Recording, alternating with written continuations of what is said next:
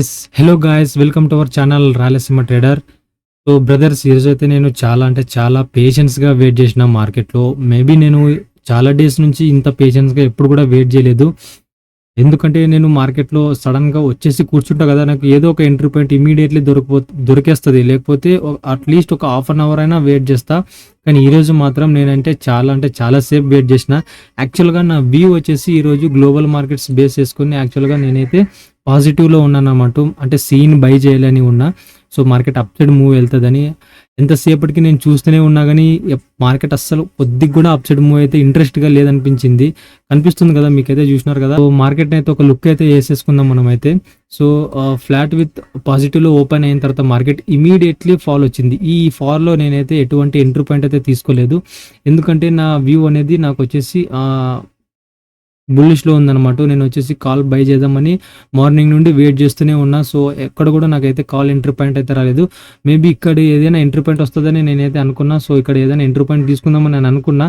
But ఎందుకంటే నాకు అంత ఇమీడియట్లీ కరెక్షన్ వచ్చింది కదా, మేబీ ఇంత ఫాస్ట్గా ఎప్పుడు కూడా రికవరీ అయిపోదు. మేబీ ఇక్కడ రేంజ్ బోన్లో ఫామ్ అయ్యి అప్పుడు దాని తర్వాత అప్ సైడ్ మూవ్ వెళ్తుందని నాకైతే అనిపించింది. సో అందుకనేసి నేను కూడా ఇక్కడ ఎంట్రీ పాయింట్ అయితే తీసుకోలేదు. కొంచెం వెయిట్ చేసిన తర్వాత అండ్ నాకు సెకండ్ క్యాండిల్లోనే నాకు కన్ఫర్మేషన్ అయితే వచ్చిందనమాట. సో మార్కెట్ అయితే అప్ సైడ్ మూవ్ అయ్యే ఛాన్సెస్ లేవు. ఎందుకంటే ఇక్కడ రిజెక్షన్ వచ్చింది, చూసినారా. ఈ రిజెక్షన్ వల్ల నాకైతే కన్ఫర్మేషన్ వచ్చేసింది అనమాట. అండ్ ఇది వచ్చేసి మనకి ఇండిసిసివ్ క్యాండిల్. సో ఇక్కడ బయర్స్ అయితే యాక్టివ్గా లేరు. ఖచ్చితంగా అదైతే ఈ క్యాండిల్లో నాకైతే కన్ఫర్మేషన్ జరిగిపోయింది అనమాట. సో కొద్దిసేపు మళ్ళీ వెయిట్ చేద్దాం. ఇక్కడ ఏదైనా కన్సల్టేషన్ జరిగి ఈ 21,600 దగ్గరనే కన్సల్టేషన్ జరిగి ఈ రేంజ్లోనే కన్సల్టేషన్ జరిగి అప్పుడు అప్ సైడ్ వెళ్ళే ఛాన్సెస్ ఉంటాయని నేనైతే ఎక్స్పెక్ట్ చేసిన. కానీ ఎప్పుడైతే ఈ క్యాండిల్ ఫామ్ అయిందో, పెద్ద క్యాండిల్ దీనికి ఆపోజిట్గా ఈ క్యాండిల్ ఎప్పుడైతే ఈ రెండు క్యాండిల్ని ఎంగర్ఫ్ చేసేసి మనకి కింద క్లోజ్ అయిందో, మేబీ నేను ఇంకైతే ఫిక్స్ అయిపోయినా మార్కెట్ అయితే అప్ సైడ్ వెళ్ళదనేసి. ఆప్షన్ చైన్ కన్ఫర్మేషన్ కూడా బోత్ సైడ్ అంటే 21,600 దగ్గర బోత్ సైడ్ కాంట్రాక్ట్స్ ఈక్వల్గా ఉన్నాయన్నమాట. అంటే ఇక్కడ కాన్సల్టేషన్ అవుతుందని మేబీ మోస్ట్లీ ఛాన్సెస్ ఉన్నాయని నేనైతే ఫిక్స్ అయిపోయినా. సో ఫిక్స్ అయిన తర్వాత బట్ నా వ్యూని అయితే చేంజ్ చేసుకోలేదు. నేను ఎక్కడ కూడా మార్కెట్ డౌన్ సైడ్ వస్తుంది అనేసి నేను ఎక్కడ కూడా ఎంట్రీ పాయింట్స్ అంటే డౌన్ సైడ్ అయితే తీసుకోలేదు. ఇక్కడ ఒక ఎంట్రీ పాయింట్ తీసుకోలేదు. ఇక్కడ నేనైతే సేఫ్ అయిపోయినా. నేనైతే ఎంట్రీ పాయింట్ తీసుకోలేదు అనమాట. ఎందుకంటే నా వ్యూ అనేది అప్ సైడే ఉంది కాబట్టి. సో మనకి షూటింగ్ స్టార్ క్యాండిల్స్ పడినా కూడా నేనైతే ఎంట్రీ పాయింట్ అయితే తీసుకోలేదు. అండ్ ఇక్కడ కూడా ఒక ఎంట్రీ పాయింట్ అయితే వచ్చింది, నేను ఇక్కడ కూడా అయితే ఎంట్రీ పాయింట్ అయితే తీసుకోలేదు. చూద్దాం. ఈ క్యాండిల్ ఎప్పుడైతే ఇండిసిసివ్ క్యాండిల్ వచ్చిందో, ఇక్కడ నేను మీకు డిలీట్ చేసి చూపిస్తాం.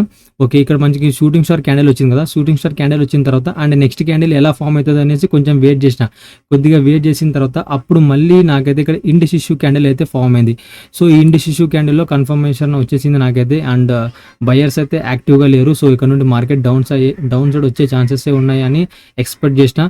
సో అప్పటికే ఇంత ఫాల్ అయిన తర్వాత ఆర్ఎస్ఐ అనేది ఓవర్ సోల్డ్లో ఉంది. మళ్ళీ మేబీ ఫాల్ అయితే ఇంకెక్కువ కూడా ఫాల్ అవ్వదు. మేబీ ఒక 2 క్యాండిల్స్ రెడ్లో క్లోజ్ అయ్యి మళ్ళీ దాని తర్వాత గ్రీన్లో ఇంకొక క్యాండిల్ వచ్చే ఛాన్సెస్ ఉంటాయని మళ్ళీ నాకు అనిపించింది. సో ఎందుకంటే ఆర్ఎస్ఐని బేస్ చేసుకుని ఆల్రెడీ ఓవర్ సోల్డ్లో ఉంది కాబట్టి నేనైతే అంత అగ్రెసివ్గా కూడా నేనైతే ఎంట్రీ పాయింట్స్ అయితే తీసుకోలేదు.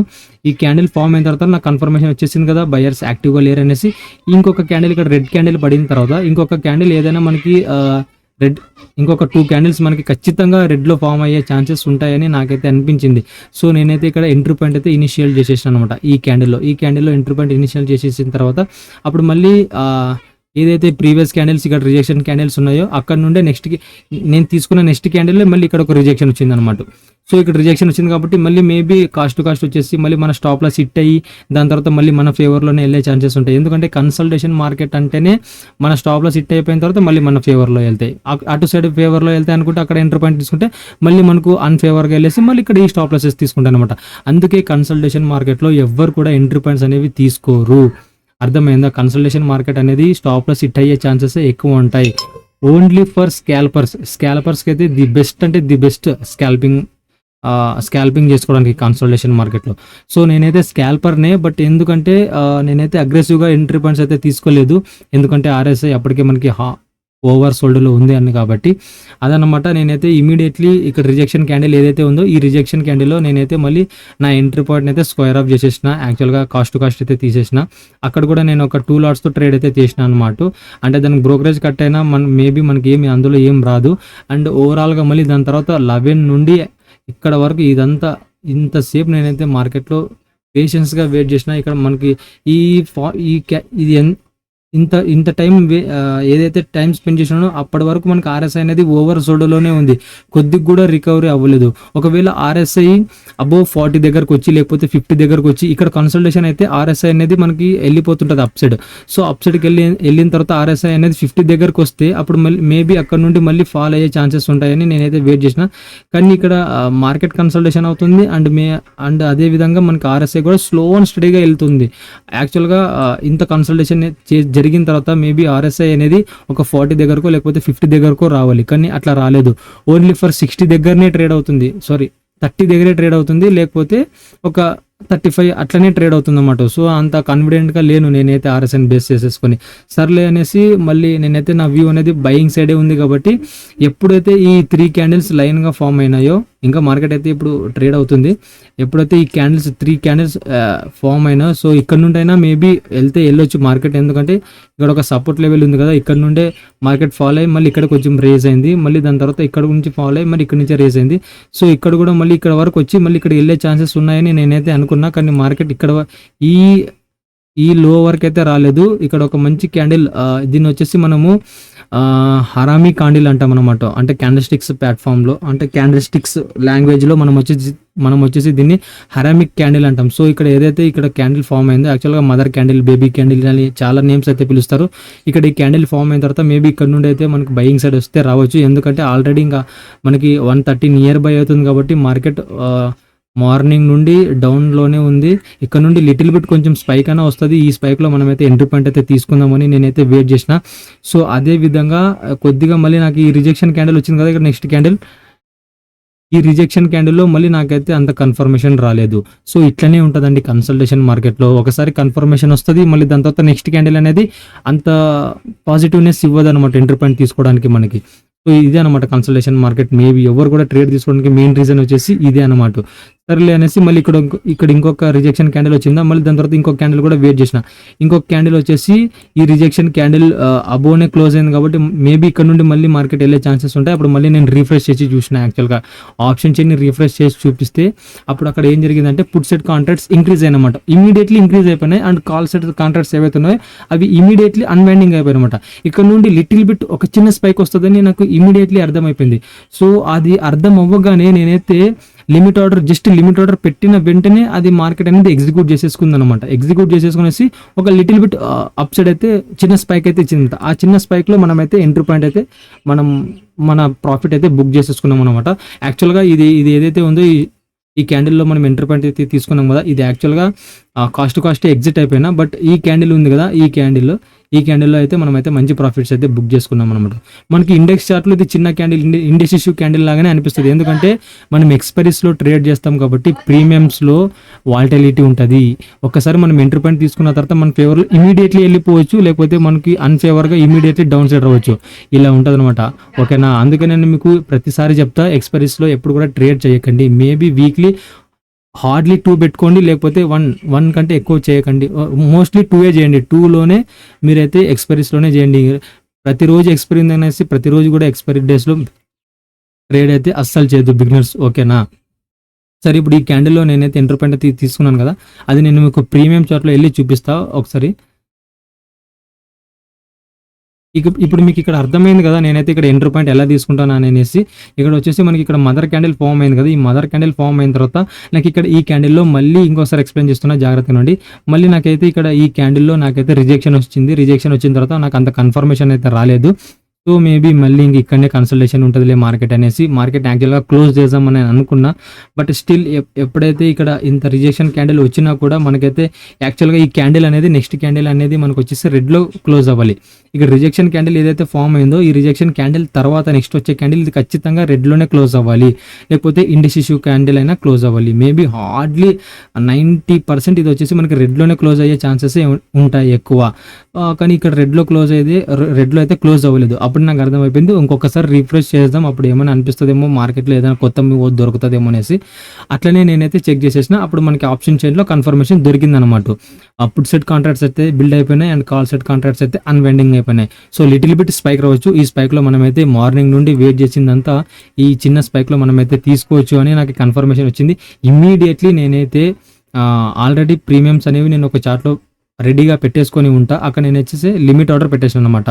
మోస్ట్లీ ఇంకా అగ్రెసివ్గా ఏం చేయలేదు, ఓన్లీ ఫర్ 2 లాట్స్తోనే చేసిన, చిన్న లాట్స్తోనే చేసిన. ఎందుకంటే మార్కెట్ అంత మన ఫేవర్లో వెళ్ళట్లేదు కాబట్టి, మార్నింగ్ నుండి కన్సల్టేషన్లో ఉంది కాబట్టి 2 లాట్స్తోనే నేనైతే ఎంట్రీ పాయింట్స్ అయితే తీసుకున్నాను అనమాట. బట్ 2 లాట్స్తో అయినా పర్లేదు, మనకైతే అరౌండ్ దాంట్లో 1200 రూపీస్ అయితే ప్రాఫిట్ వచ్చింది డన్ ఫర్ ద డే. నేను మీకు ఒకసారి ప్రీమియం చార్ట్లో కూడా వెళ్ళి చూపిస్తా. అంతకంటే ముందు నేనైతే ఫస్ట్ ట్రేడ్ అయితే తీసుకున్నా కదా, మార్కెట్ డౌన్ సైడ్ వస్తుంది అనేసి ఎగ్జాక్ట్గా దిస్ క్యాండిల్ మళ్ళీ ఇక్కడ నుంచి రిజెక్షన్ వచ్చిన వెంటనే నేనైతే ఎగ్జిట్ అయిపోయినా అని చెప్పినా కదా, అది వచ్చేసి ఇదే ప్రీమియం అనమాట. 21,500 PE డౌన్ సైడ్ వస్తుంది అనేసి నేను వచ్చేసి కరెక్ట్గా లిమిట్ ఆర్డర్ వచ్చేసి 27 దగ్గర అయితే పెట్టేసుకున్నా. యాక్చువల్గా ఈ క్యాండిల్లో నా ఎంట్రీ పాయింట్ అయితే అయిపోయిన తర్వాత ఒక స్పైక్ వచ్చింది, నేను ఇక్కడైతే ప్రాఫిట్ అయితే బుక్ చేసేసుకోలేదు.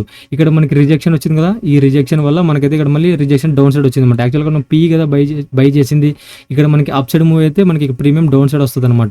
సో మళ్ళీ ఎందుకులే లిటిల్ బిట్ ఫస్ట్ కాస్ట్ అన్న ఎగ్జిట్ అయిపోదాం అనేసి ఈ క్యాండిల్ క్లోజ్ అయిన తర్వాత నెక్స్ట్ క్యాండిల్ కోసం అయితే వెయిట్ చేసిన. నెక్స్ట్ క్యాండిల్ ఫామ్ అయిన వెంటనే ఈ క్యాండిల్ బుల్లిష్ క్యాండిల్ ఫామ్ అయింది కదా, ఈ బుల్లిష్ క్యాండిల్లో నేనైతే నా ఏదైతే ఫస్ట్ ట్రేడ్ అయితే ఉందో దాన్ని అయితే కాస్ట్ అయితే ఎగ్జిట్ అయితే చేసేసిన అనమాట. అండ్ మనం మెయిన్ ఎంట్రీ పాయింట్ అయితే ఇప్పుడు చెప్పుకుందాం.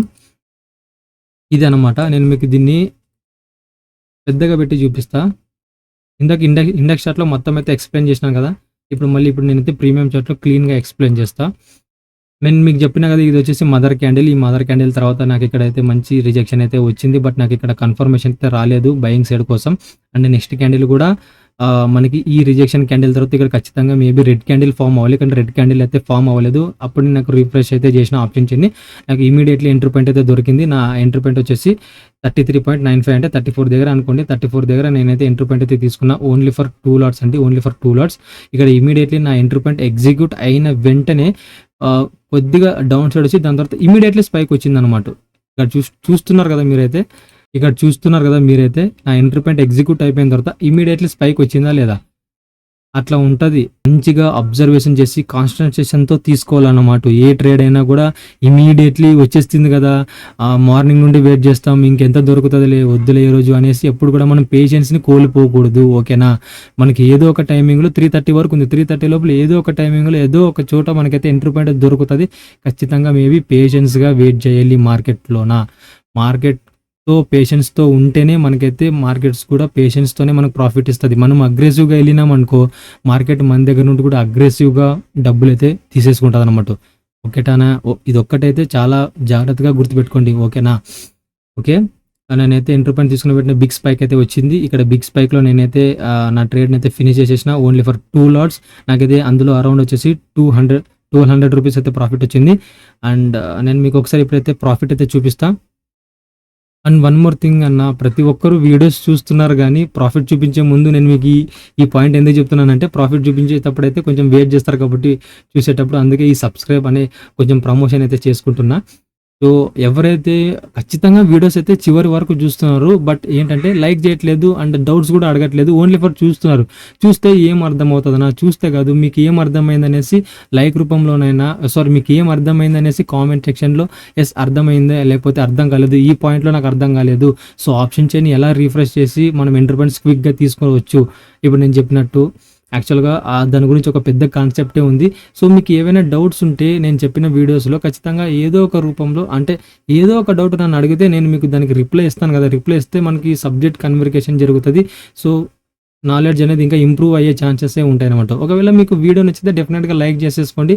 అండ్ ఇలా రెగ్యులర్గా లైవ్ మార్కెట్, ఈరోజు జరిగిన మార్కెట్ సాయంకాలం లోపల మన వీడియోస్ మన ఛానల్లో అయితే కనుక అప్లోడ్ అయిపోతాయి.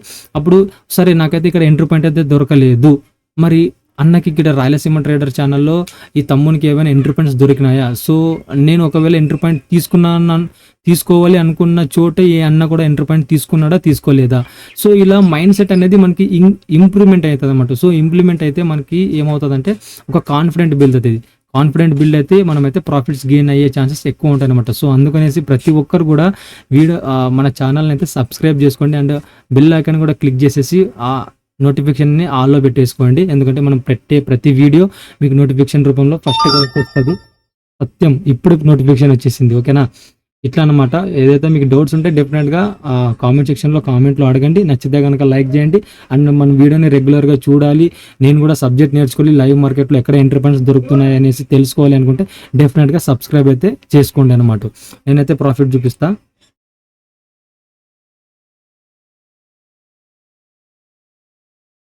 ఇక్కడ చూసినారా ఫస్ట్ ట్రేడ్ వచ్చేసి ఇది అనమాట. ఫస్ట్ ట్రేడ్ నేను చెప్పినాను కదా, ఫస్ట్ అయితే ఎగ్జిట్ అయిపోయినా దాని బ్రోకరేజ్ చార్జెస్ అన్న తీసుకుందాం అనేసి వెయిట్ చేసి 150 రూపీస్కి అయితే ఎగ్జిట్ అయితే అయిపోయినా అనమాట. మోస్ట్లీ దీంట్లో అయితే 50 రూపీస్ అయితే పోతుంది, 100 రూపీస్ అయితే ప్రాఫిట్ వస్తుంది. అండ్ సెకండ్ ట్రేడ్లో ఒక స్పైక్ వచ్చింది కదా, ఆ స్పైక్లో వచ్చేసి నేనైతే 1200 రూపీస్ అయితే ప్రాఫిట్ అయితే వచ్చింది అనమాట. ఈ 56 రూపీస్ ఏదైతే ఉందో అది మనకి బ్రోకరేజ్ చార్జెస్ వెళ్ళిపోని అనేయండి. 1200 రూపీస్ అయితే ప్రాఫిట్ అనమాట. 1200 ప్లస్ 100 అంటే 1300 రూపీస్ అనమాట. 1300 రూపీస్ అయితే ప్రాఫిట్ అయితే వచ్చింది. యాక్చువల్గా ఇక్కడ 1400 ఈ బ్రోకరేజెస్ పోతే 1300 రూపీస్ అయితే వస్తుంది అనమాట. ఆ స్పైక్ వచ్చిన క్యాండిల్ ఇది సెకండ్ ట్రేడ్ ఇది కదా, చెప్పినాం కదా 33.95 దగ్గర అయితే నా ఎంట్రీ పాయింట్ లిమిట్ ఆర్డర్. యాక్చువల్గా 34. దాని తర్వాత నేనైతే 35 దగ్గర ఇంకా యాక్చువల్గా 50 అనుకోండి, 50 దగ్గర అయితే సెల్ చేసేసాను అనమాట. మాన్యువల్గా ఎగ్జిట్ అయితే అయిపోయాను అనమాట. కానీ తీసుకోవడం మాత్రం లిమిట్ ఆర్డర్లో పెట్టేసిన, కానీ ఎగ్జిట్ అయిపోవడం మాత్రం మాన్యువల్గా ఎగ్జిట్ అయిపోయాను అనమాట. 80 క్వాంటిటీస్ అంటే నిఫ్టీ 40 లాట్, ఒక లాట్ వచ్చేసి 40 షేర్స్ కదా, 2 లాట్స్ వచ్చేసి 80 అంటే 2 లాట్స్ అయితే నేనైతే ఎంట్రీ పాయింట్స్ అయితే ఈరోజు అయితే తీసుకున్నాను అనమాట. అగ్రెసివ్గా ఎప్పుడు తీసుకోవాలో అప్పుడే తీసుకోవాలి. అగ్రెసివ్గా 1800 క్వాంటిటీస్ ఎప్పుడు పడితే అప్పుడు డైలీ తీసుకుంటామంటే అది కుదరదు మార్కెట్లో. ఓకేనా, ఇట్లా నేను ఒక్కొక్కలాగా నా మైండ్ సెట్ని చేంజ్ చేసుకొని ప్రతిసారి ఒక యూనిక్గా ట్రేడ్ చేస్తాను అన్నమాట. ఓకేనా, నా ఎంట్రీ పాయింట్కి లాజిక్ అనేది మీకు అర్థమైతే డెఫినెట్గా మన వీడియోని అయితే లైక్ చేయండి. Done for that day. ఈరోజు అయితే మనకి 1300 రూపీస్ అయితే ప్రాఫిట్ అయితే వచ్చింది. మళ్ళీ రేపు అయితే కలుద్దాం. Bank Nifty expiry. So bank నిఫ్టీలో మనం ఏదైనా మంచి ఎంట్రీ పాయింట్స్ని క్యాచ్అప్ చేస్తే మళ్ళీ రేపు అయితే వీడియోని అయితే అప్లోడ్ చేస్తా. డెఫినెట్గా చూడండి, ఎంకరేజ్మెంట్ చెయ్యండి.